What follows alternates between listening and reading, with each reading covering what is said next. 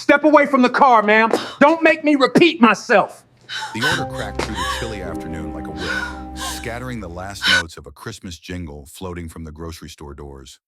Officer Ray Danner's voice carried the certainty of 20 years behind a badge, the kind of certainty that once made him a hero at press conferences. Experience, he believed, was instinct, and instinct never lied. So when he saw a black woman leaning into the front seat of a silver sedan on the crowded HarvestMart parking lot, he was convinced he had just stopped another theft in progress. He approached with his chest out, hand brushing the edge of his holster. "You people think you can fool anyone," he muttered loud enough for the bystanders to hear. "This car's not yours, is it? Keys in the ignition, bag half open, classic move."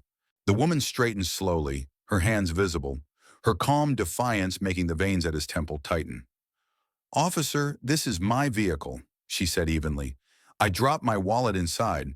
If you'll just let me—" "Don't talk back," he barked. "I've seen this game before.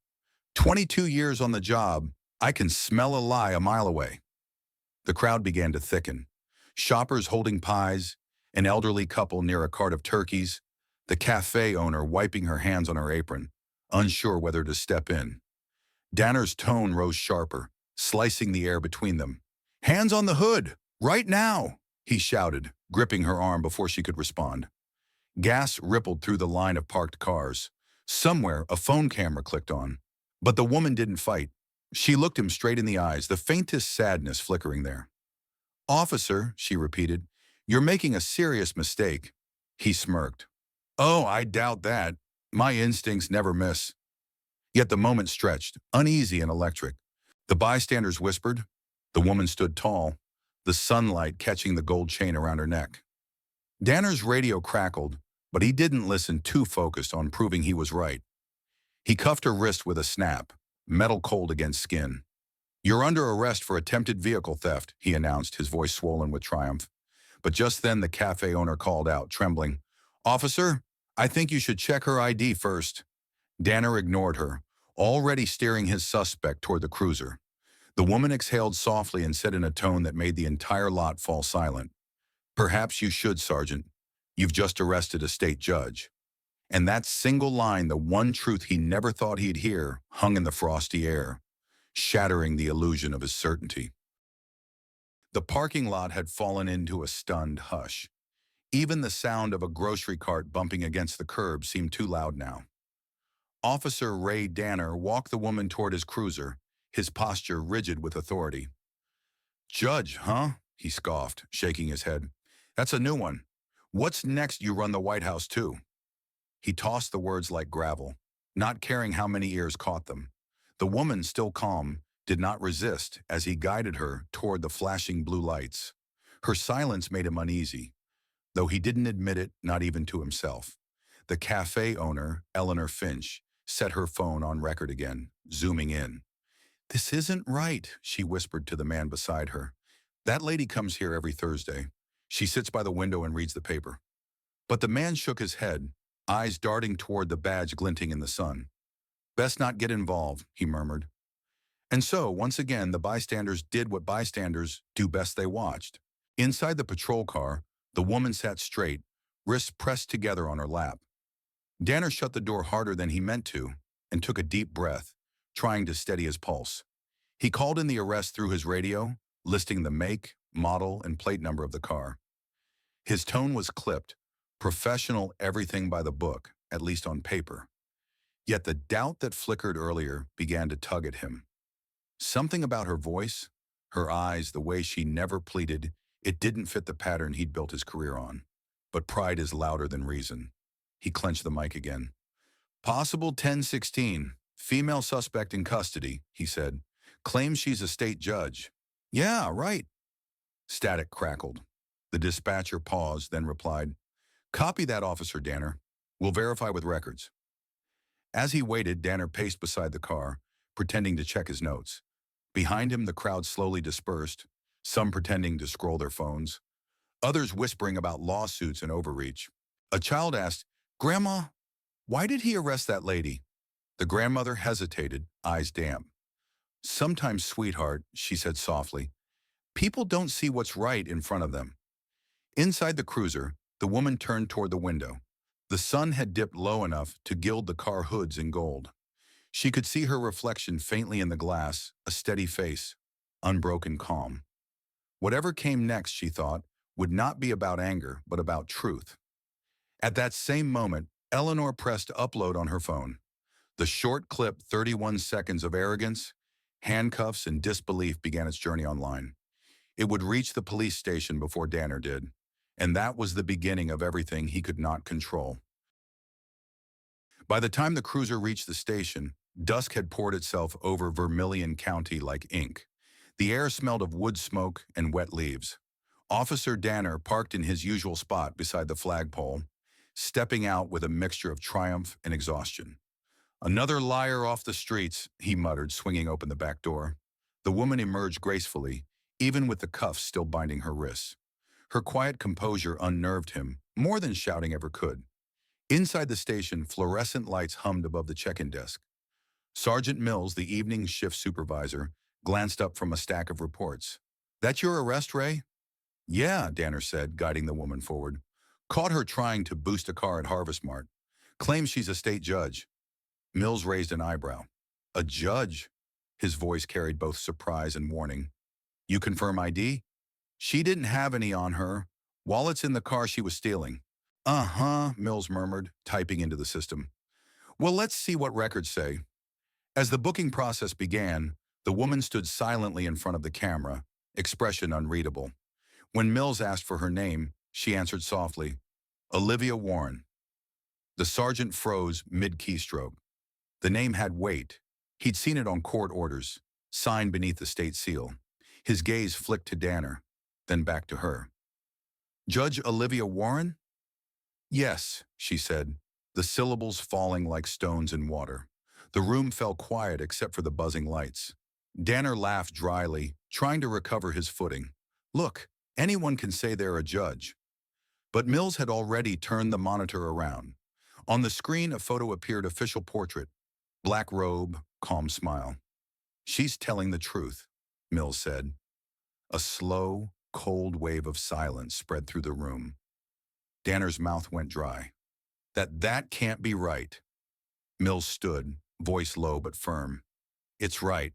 And you just cuffed one of the highest judicial officers in this district." Through the glass doors, the glow of phones began to flash as reporters gathered outside.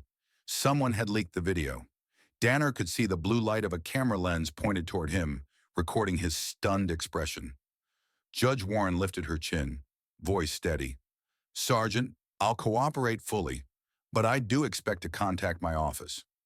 Mills nodded quickly, unlocking the cuffs with trembling fingers. Danner stepped back, feeling the weight of every decision that had brought him here. Outside, the first snowflakes of the season began to fall soft, deliberate, like a curtain closing on the longest day of his career. The station smelled faintly of coffee and panic. Phones rang faster than people could answer them, and outside, the blue swirl of media lights bounced off the windows. Officer Ray Danner sat at his desk, hands still cold, staring at the half-empty mug that now seemed like the only thing in the room not judging him. Word had traveled faster than the snow. By the time Chief Harold Mills arrived, the clip had already hit 3 local news channels and was climbing across social media feeds with captions like, "Judge arrested by her own officer." Mills strode through the bullpen with a look that could silence a siren. "Ray," he said flatly, "my office. Now." Danner followed, heartbeat drumming loud enough to drown the hum of computers. Inside the glass office, the chief shut the blinds, leaned on the desk, and dropped his voice. "What were you thinking?" Danner tried to explain experience, instinct, how her behavior seemed suspicious, but each word sounded smaller than the one before. "Experience isn't a license to skip procedure," Mills said, eyes hard.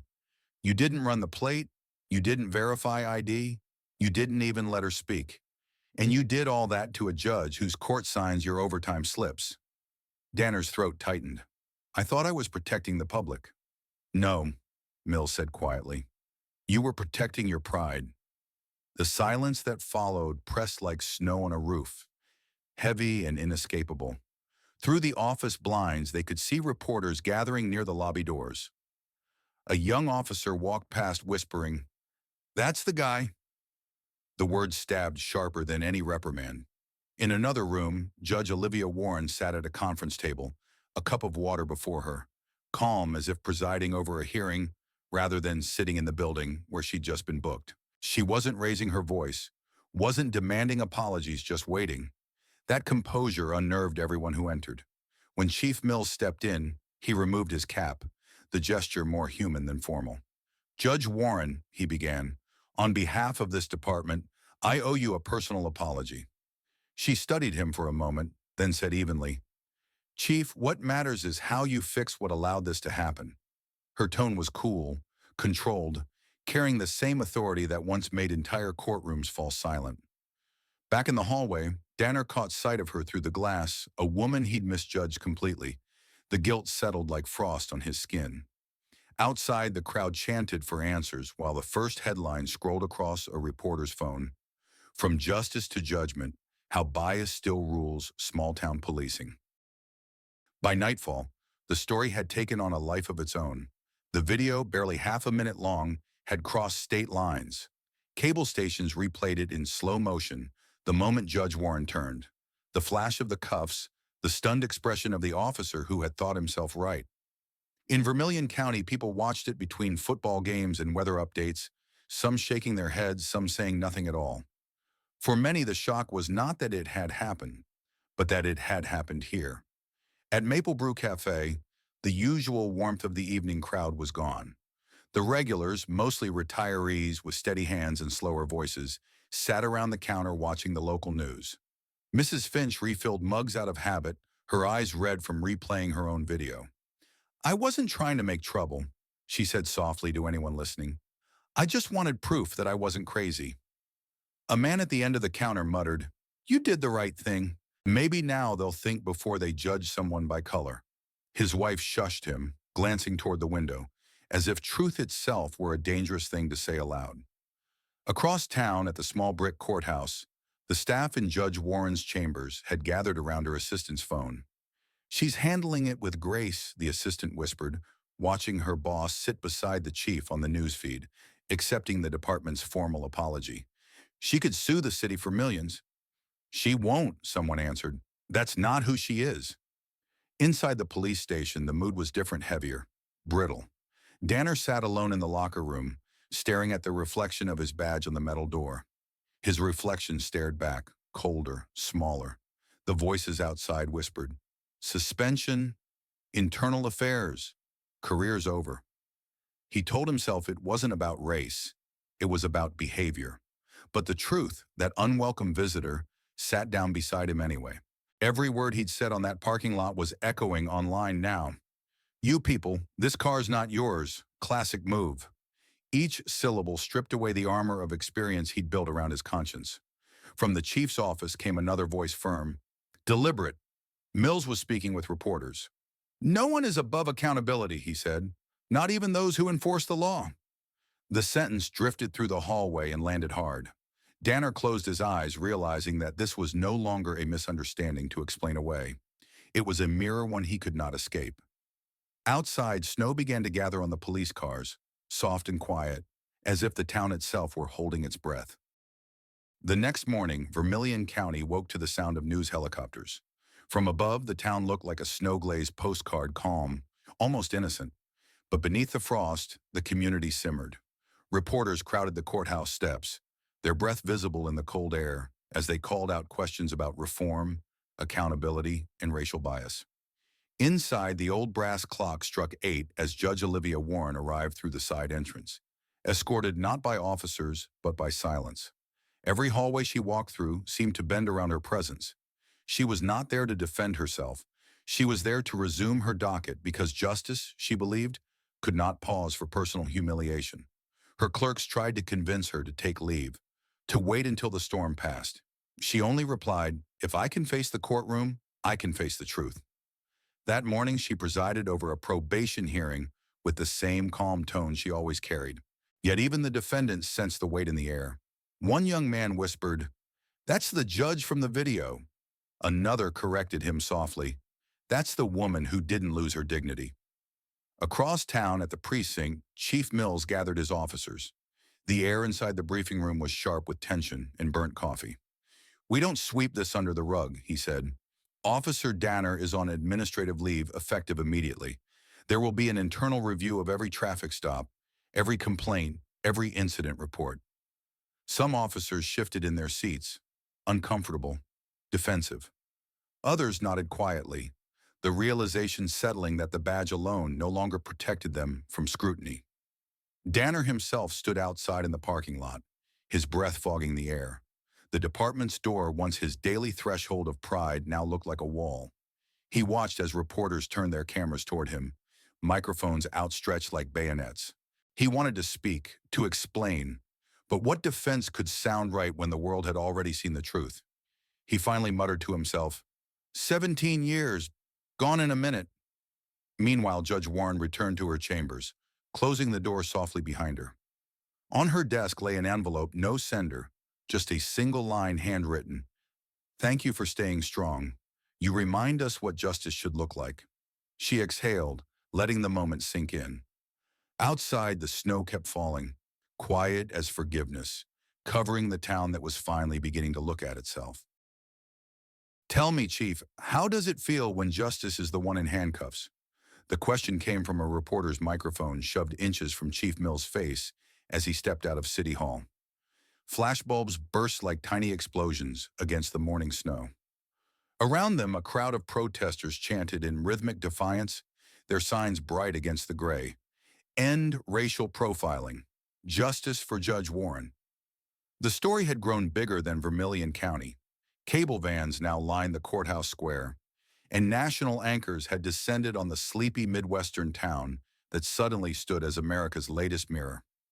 Chief Mills kept walking, jaw set, but his silence only fueled the frenzy. Behind him, Officer Ray Danner was escorted through the side entrance, his once proud stride reduced to a slow shuffle. Reporters swarmed, shouting questions like bullets. "Officer, did you target her because she's black? Do you regret your actions?" Danner didn't answer. He couldn't. Every camera felt like judgment, every shout like another nail in the coffin of his reputation. Inside, the station's conference room was packed detectives, lawyers, union reps, all talking at once. A disciplinary hearing was being scheduled, and the mood was volatile. "We need to get ahead of this," one lieutenant hissed. "Public trust is collapsing." Another snapped back. "Public trust collapsed when he put cuffs on a judge." The voices rose until Mills slammed his palm on the table. "Enough. We'll face this the right way. No cover-ups, no excuses." Meanwhile, Judge Olivia Warren sat in her office across the street, blinds half closed, listening to the distant roar of chants through her window. Her assistant, nervously flipping through a pile of mail, whispered, "They're saying the governor might comment. It's huge." Warren sighed, her gaze fixed on the courthouse steps. "It shouldn't have to be huge," she said quietly. "Doing what's right shouldn't make headlines." At that moment, an envelope slid under her door. She picked it up, a letter from the Civil Rights Council, inviting her to speak at the upcoming State Justice Forum. The irony struck her. The woman arrested for existing had now become the voice of reform. She placed the letter aside, the faint trace of a determined smile forming. Outside, thunder rumbled despite the clear winter sky, a sound of distant construction perhaps, or the storm of reckoning still building over the town. By afternoon, the hearing room inside Vermilion Police Headquarters was silent, except for the low hum of the old ceiling fan. Officer Ray Danner sat alone at the front table, his uniform pressed but his confidence unraveling. A cup of untouched water sweated beside the stack of papers he'd been told to review. Across from him, Chief Mills adjusted his glasses, preparing to open the session. The panel of 3 senior officials took their seats stoic, unreadable. Behind them, a handful of community observers filled the rows, their presence a reminder that this wasn't just an internal affair. Judge Olivia Warren entered quietly through the side door. The whisper that swept through the room was immediate. Even Danner looked up, his throat tightening. She wore civilian clothes today, simple navy blazer, gold brooch, but her presence carried more authority than any uniform. She took the witness seat with calm precision, folding her hands in her lap. Mills cleared his throat. We're here to review the arrest of Judge Olivia Warren on the evening of December 12th. Officer Danner, you may begin your statement. Danner stood, voice shaky but defiant. I acted on suspicion consistent with my training. Her behavior appeared evasive, and I believed she was attempting to enter a vehicle that didn't belong to her. Did you verify ownership? One of the officials asked. I intended to, but you didn't. No, sir. The exchange was clinical, almost surgical. Each question peeled away another layer of justification until nothing remained but silence. Finally, Mills turned toward Judge Warren. Your Honor, would you like to add anything for the record? She looked directly at Danner, not with anger, but with a steady sadness that cut deeper than rage. We all rely on the system to protect us, she began softly, but the system is only as fair as the people who run it. What happened that day wasn't just about me. It was about every person who gets judged before they're heard. The room stayed still. Even the fan seemed to stop its lazy spin. Danner lowered his gaze, the weight of her words sinking in like cold rain.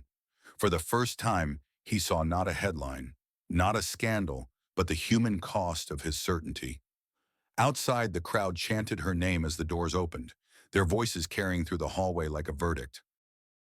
The sun had already set by the time the hearing adjourned, but the streets outside the precinct glowed with the orange light of protest signs and camera flashes. The air buzzed with chants that seemed to shake the brick walls themselves. No more silence, no more bias, echoed through Vermilion Square, a chorus of anger and awakening. Inside, Chief Mills stood before the press, reading from a sheet of trembling paper. Effective immediately, he said, his voice firm despite the tension. Officer Raymond Danner is suspended without pay pending further investigation. The department will cooperate fully with the state's oversight committee. Reporters shouted questions before he could finish, but his words had already made their way into 1,000 headlines before nightfall. Through the glass doors, Danner watched the scene unfold. For the first time in years, he wasn't the one giving orders, he was the one being looked at. The weight of it pressed down like the winter air outside. A younger officer approached quietly. You should probably leave through the back, sir, he said. Danner nodded, though the word sir landed heavy with irony. In another part of town, Judge Olivia Warren sat alone in her living room, the muted television flickering across her thoughtful face. The news was everywhere, her name, her image, the story of her arrest. She muted the sound and turned her gaze to the window, where the snow fell steady against the light of passing cars. Her phone buzzed on the table, a message from the governor's office inviting her to lead a new civil rights initiative. She stared at it for a long moment before whispering to herself, maybe this is how change begins, not in the courtroom, but in the mistakes we're forced to see. Across town, Danner parked his car outside his small brick home. He sat there for several minutes, engine running, the sound of the heater filling the silence. The badge on his dashboard glinted faintly in the dim light, once a symbol of pride, now a mirror of regret. He picked it up, tracing the edges with his thumb. For the first time, he noticed how cold the metal felt against his skin. Then as he stepped out of the car, he caught sight of something across the street, an elderly black man shoveling snow from his driveway. Their eyes met briefly. The man didn't glare or speak. He just nodded once, slow and knowing, before returning to his work. That small, wordless gesture hit harder than any reprimand. Danner stood still in the cold, realizing that forgiveness, if it ever came, would have to be earned, not granted. And somewhere in that quiet exchange between strangers, the first fragile thread of redemption began to form. 2 weeks had passed since the night Vermilion County made national news. The snow had turned to gray slush, and the once bustling protest lines had thinned to the occasional reporter standing by the courthouse steps, narrating updates to an audience that had already moved on to the next scandal. But for the people inside those buildings, Judge Olivia Warren, Chief Harold Mills, and even suspended Officer Ray Danner, nothing had truly moved on. In her office overlooking Main Street, Judge Warren sifted through letters from across the country. Some were from law students thanking her for her courage. Others were from citizens who had lived their own quiet versions of humiliation. She read each one carefully, sometimes smiling faintly, sometimes setting the paper down and staring out the window. The town below looked peaceful now, almost undeservedly so. She whispered to herself, Silence doesn't always mean healing. At the police station, Chief Mills sat in his office late into the night. The desk lamp threw a tired glow across the reports piled in front of him. Complaints, policy drafts, and one file marked proposed departmental reforms. He ran his fingers through his thinning hair and muttered, "This is going to cost us." His deputy leaned against the doorframe. "Or save us," she said quietly. Meanwhile, Ray Danner spent his suspension days in uneasy solitude. He woke early, brewed coffee, and sat by the window, watching the empty street as though expecting someone to knock. But no one did. The badge lay on the kitchen table, glinting beside his unpaid bills. Guilt was a strange kind of company. It didn't shout. It whispered. And in those quiet hours, he heard every word of Judge Warren's testimony echoing in his head. The system is only as fair as the people who run it. One afternoon, unable to bear the silence any longer, Danner drove to the local community center. The sign out front read, "Civic Discussion, Justice and Race in Small-Town Policing, Open to the Public." He parked far from the entrance, sat in his car, and watched as townspeople trickled in. Then, almost against his own will, he stepped out, zipped up his coat, and walked inside. Inside the gymnasium, folding chairs were arranged in a loose circle. At the center stood Judge Warren, speaking softly to a small crowd. She paused when she saw him enter, but instead of scorn, her eyes held something unexpected. Recognition. Maybe even a trace of grace. And as Danner took a seat in the back row, heart pounding, the conversation about justice began, not from a podium, but from the raw, human space between them. The hum of conversation filled the community center like a nervous heartbeat. Folding chairs creaked, paper cups of coffee steamed on the floor, and snow boots dripped onto the old gym mat. The crowd was small, maybe 20 people, but every face carried the weight of something unsaid. Judge Olivia Warren stood near the front, hands folded, her voice calm yet deliberate. "I didn't come here to condemn anyone," she said. "I came because I believe we can't fix what we refuse to face." Her tone carried the quiet authority that once echoed through her courtroom, but now it felt more human, less gavel, more heartbeat. Heads nodded around the room, though a few eyes darted toward the man sitting in the back row. Ray Danner tried to shrink into his chair, but it was no use. He could feel their awareness, the whispered recognition that ran through the room like a current. That's him, the officer, the one who cuffed her. He swallowed hard, fingers tracing the styrofoam cup in his hands. Judge Warren continued, "Prejudice doesn't always look like hate. Sometimes it looks like certainty, the kind that stops us from listening." Her gaze moved gently across the audience and paused, for a single, electric moment, on Danner. "We all have to decide what kind of certainty we're willing to let go of." The words hit him harder than any disciplinary memo. His throat tightened. He wanted to speak to apologize, but the room was too full of history and eyes. Afterward, as people rose from their seats, murmuring quiet goodbyes, Danner lingered. He waited until the last few attendees had drifted out into the cold night before approaching the woman he'd once humiliated in front of the world. "Judge Warren," he began, his voice rough, unfamiliar even to himself. "I came to listen, not to defend myself." She studied him carefully. "That's a good start," she said softly. "Listening is where change begins." Sure. They stood there for a moment, the echo of her words filling the empty gym. Then she turned to gather her notes, her composure unwavering. Danner hesitated, then asked quietly, Do you think forgiveness is possible?" Warren looked at him for a long second, then replied, "Forgiveness is always possible, but trust has to be rebuilt." As she walked away, her heels clicking softly against the floor, Danner exhaled. For the first time since the arrest, the air didn't feel suffocating. It felt cold, yes, but clean. Outside, the snow began again, soft flakes spiraling under the streetlights like tiny promises of a second chance. The following morning dawned pale and cold, the kind of winter light that made Vermilion streets look like faded photographs. Ray Danner drove slowly through town, past the diner where he used to grab breakfast before patrols. He could see familiar faces behind the fogged-up windows, faces that once waved but now turned away or looked down. Each glance stung, but he didn't blame them. Not anymore. He parked near the courthouse and sat in silence, the hum of the heater the only sound. On the passenger seat lay a folded note, the words he had written after the meeting, the apology he couldn't quite say aloud. I saw what I wanted to see. I forgot to see people. He wasn't sure if he'd ever hand it to her, but writing it had felt like breathing again. Across town, Judge Olivia Warren was preparing to address the city council. The Civil Rights Forum had asked her to share her perspective on reforming local policing, an invitation she had accepted, though not without hesitation. She knew her words would carry weight, but she didn't want vengeance. She wanted balance. As she pinned the same gold brooch to her lapel, her reflection in the mirror seemed steadier, clearer than it had been in weeks. The council chamber was modest but filled beyond capacity. Reporters, residents, and officers in plain clothes lined the walls. When Warren entered, the room fell quiet. She spoke simply, without notes. I'm not here to shame, she said. I'm here to remind us that fairness isn't a slogan, it's a habit, a daily discipline. At the back, Danner slipped in unnoticed, cap pulled low. Her words cut through him, not as accusation, but as invitation. Every sentence carried a lesson he wished he'd learned years ago.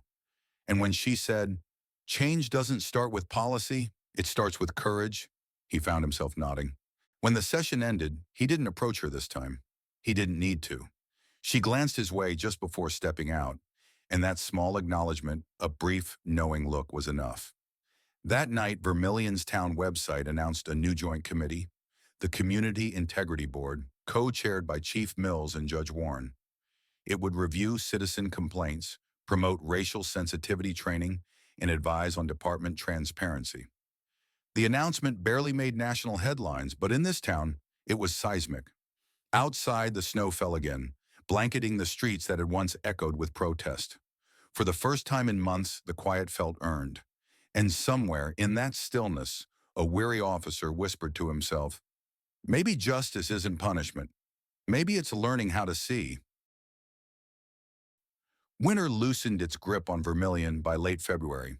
The snowdrifts shrank into dirty heaps along the curbs, and the air carried the first shy hints of thaw. Life was returning to its old rhythm, but nothing truly felt the same. The town's conversations had changed. In diners, barbershops, and grocery store lines, people still spoke about that arrest, though now they did it with quieter tones, like remembering a wound that had finally started to heal. Judge Olivia Warren drove each morning past the same street where Officer Danner had handcuffed her. At first, she avoided looking at the spot, but lately she found herself slowing down, not out of bitterness, but acknowledgement. The city had installed a new streetlight there, a simple improvement, but a reminder of how visibility could change everything.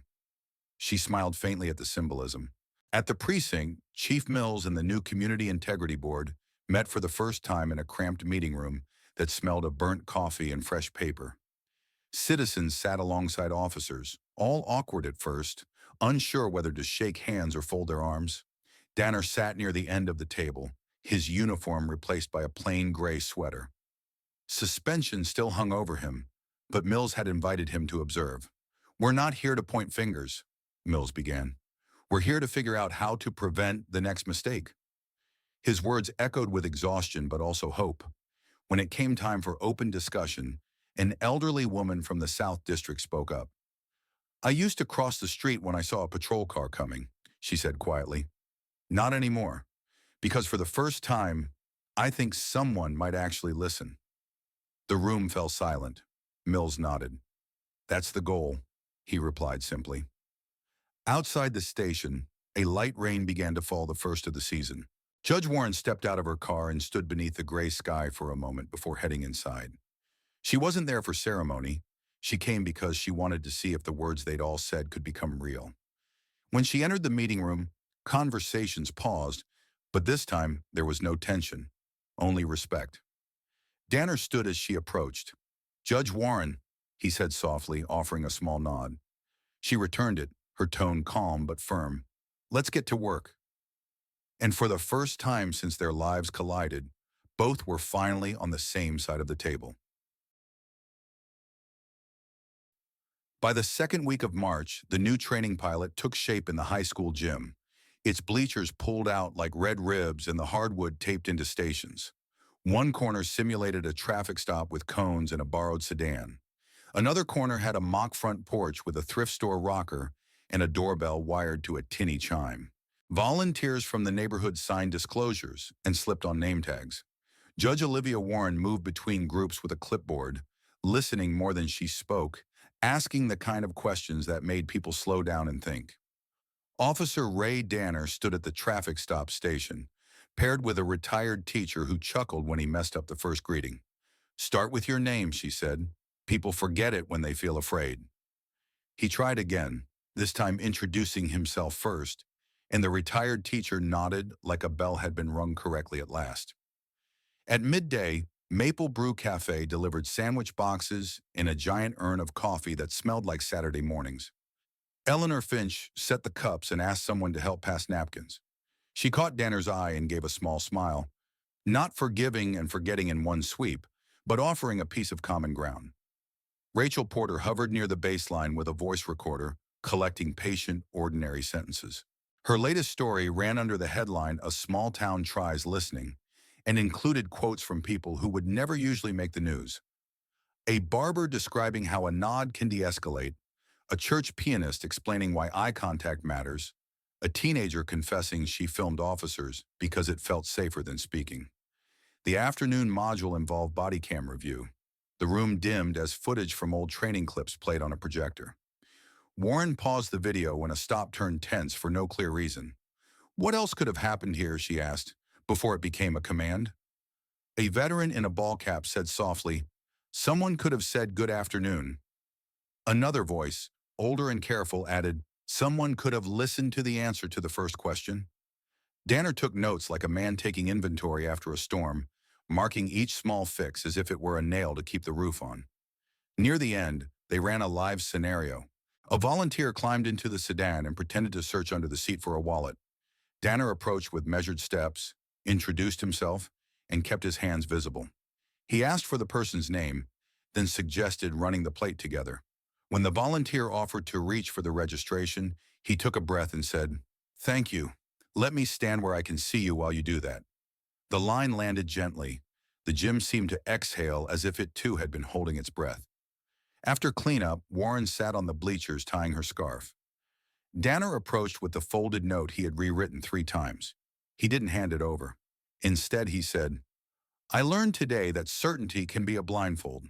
She studied him for a moment, then replied, "Certainty can also be a promise. Keep the right kind." Outside, the sky had cleared to a pale blue that felt almost like April, and the last puddles on the parking lot reflected the gym's bright lights, as though the town were shining from the ground up. The following Sunday arrived soft and gold, the kind of early spring morning that made Vermilion feel gentler than it really was. Church bells carried through the chill air, mingling with the sound of birds returning to the park. For the first time in months, people smiled when they passed one another on Main Street. The town wasn't fixed, no town ever was, but it was learning. Judge Olivia Warren sat in her pew at First Baptist, the sunlight cutting across her hymn book. When the service ended, Pastor Green spoke briefly about forgiveness, not as surrender, but as the art of letting truth breathe. As the congregation filed out, Olivia stopped near the door, shaking hands, when she saw Ray Danner standing at the back. He wasn't in uniform, just a man in a worn jacket, holding his hat respectfully. Their eyes met, and for a long moment, the noise of the church faded into a low hum. Danner approached slowly. "I didn't plan to come," he admitted, voice low, "but I thought maybe it's time I stop hiding behind silence." Olivia nodded once. "It's a good day to start." Outside, townspeople milled about the church steps, talking about weather, gardens, and the coming Easter fair. Some glanced curiously at the pair, but no one interrupted. Danner took a deep breath. "I'm leaving the force," he said, "not because I was told to, but because I need to learn what service actually means. I'll be helping at the youth center, the one you spoke about in the council meeting." Olivia's expression softened, though her voice remained steady. "That's good work," she said. "It matters." He hesitated, then added, "You changed how I see people, and myself." She looked out across the town square, the same square where her handcuffs had once clicked shut, and whispered, "Maybe that's what justice looks like, Ray. Not punishment, understanding." The church bell rang again, deep and patient. A group of children chased one another down the sidewalk, laughter rising into the crisp air. Danner turned to leave but paused when Olivia called after him. "You were right about one thing that day," she said. "You said you were doing your duty. Maybe now you really are." He smiled, a small quiet thing, and tipped his hat before walking toward the community center at the edge of town. From the steps, Olivia watched him go, one figure among many, but something about his stride, unguarded and steady, made her believe Vermilion still had a chance to get it right. By midsummer, Vermilion no longer made the news. The television vans were gone, the protest signs long recycled, and what remained were quieter things. Community meetings that ended in handshakes, police officers who introduced themselves by name, and neighbors who looked one another in the eye again. The town hadn't forgotten what happened, but it had learned how to remember without bitterness. The Community Integrity Board met once a month in the same gymnasium where reform had begun. The chairs were still mismatched, the coffee still terrible, but the conversations had changed. They were no longer about punishment, they were about prevention.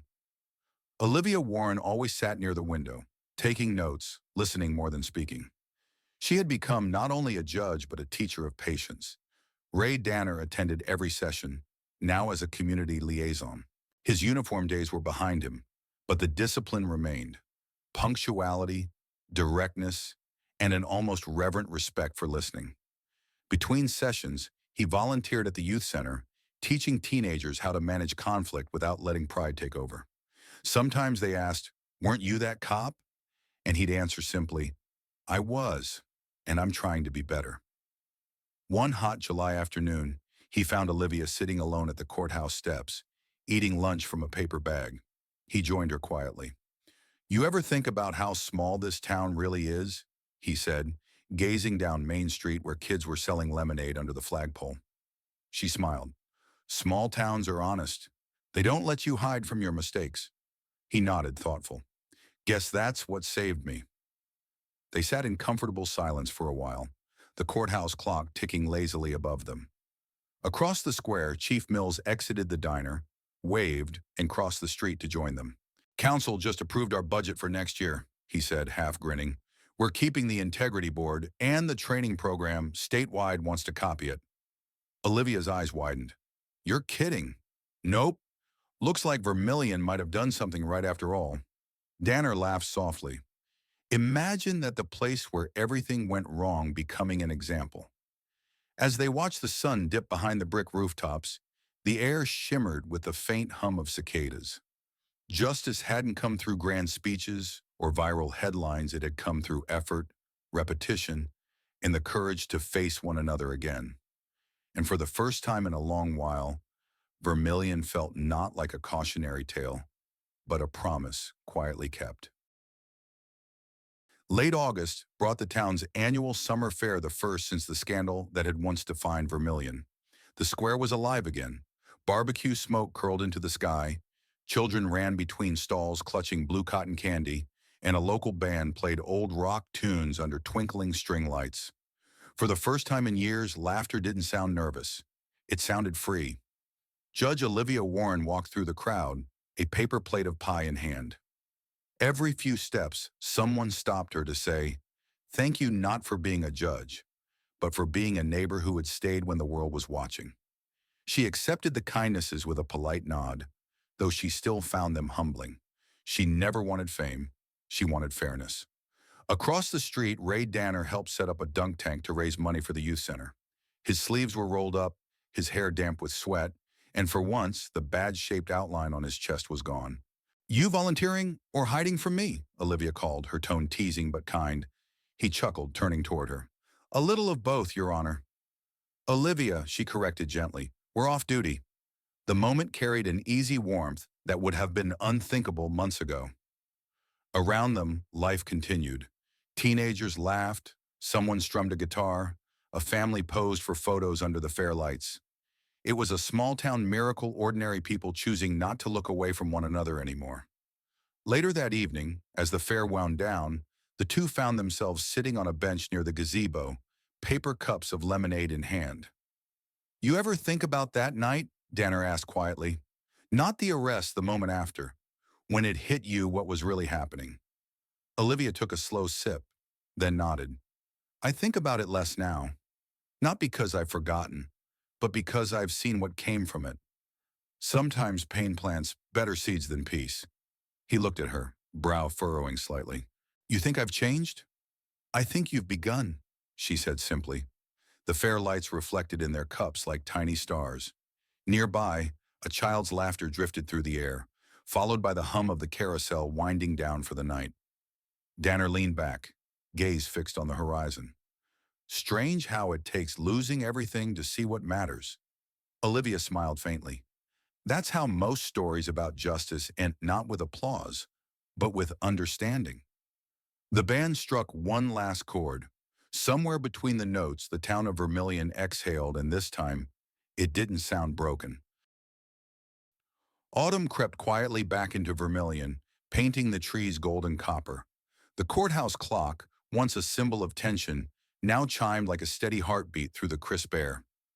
Life had returned to its rhythm, but beneath that calm, something lasting had changed. Judge Olivia Warren stood at the window of her chambers, watching a group of schoolchildren cross the street with a young officer guiding traffic. She smiled softly. A year ago, such a simple scene would have made her heart tighten. Now it made her hopeful. The department's new mentorship program had been her idea, and to her quiet pride, it worked. Officers and citizens learned together, not in courtrooms, but in classrooms and parks. Justice was no longer a performance, it was a conversation. That afternoon, a knock sounded at her door. "Come in," she said. Ray Danner stepped in, holding a small envelope. He looked different now, calmer, lighter somehow, as if he'd put down something heavy. "I wanted you to have this," he said, handing her the envelope. Inside was a photograph of the community center's youth team standing in front of their new mural. Across the bright paint were the words, "See first, then judge." Beneath it, the kids had signed their names, and in the corner, Danner's neat handwriting read, "Dedicated to the woman who reminded us all what justice really looks like." Olivia's throat tightened. "You didn't have to." "I did," he interrupted gently. "You were right. Justice isn't about winning. It's about seeing." She placed the photo on her desk, the sunlight glinting across the glass. "And what do you see now, Ray?" she asked. He paused, glancing toward the window. Outside, the same elderly man who had once nodded at him after the suspension was helping a child tie his shoelace. "I see people," Danner said quietly. "Not suspects, not heroes, just people trying to do right." They exchanged a look, no grand speeches, no apologies left to say. Only mutual understanding, the rare kind that feels like peace. As Danner left the office, Olivia turned back to the window. The courthouse square shimmered under falling leaves, the mural visible from across the street, bright against the old brick walls. For the first time, Vermilion didn't feel divided, it felt awake. She whispered to herself, maybe this is how justice truly works. Not by force, not by fear, but by the courage to forgive and begin again. Outside, the church bells tolled noon, slow, measured and full of light, and the sound carried over the town like a promise that this time they would remember. In the quiet heart of Vermilion, time seemed to slow again, not from sorrow, but from understanding. The town that once trembled with anger had learned to speak softly, to listen first, and to see the humanity behind every uniform and every face. Judge Olivia Warren and Ray Danner became symbols not of scandal, but of what can happen when truth meets humility. Their story lingered like the echo of church bells on a Sunday morning, a reminder that real justice isn't loud or vengeful. It's patient, forgiving, and born from respect.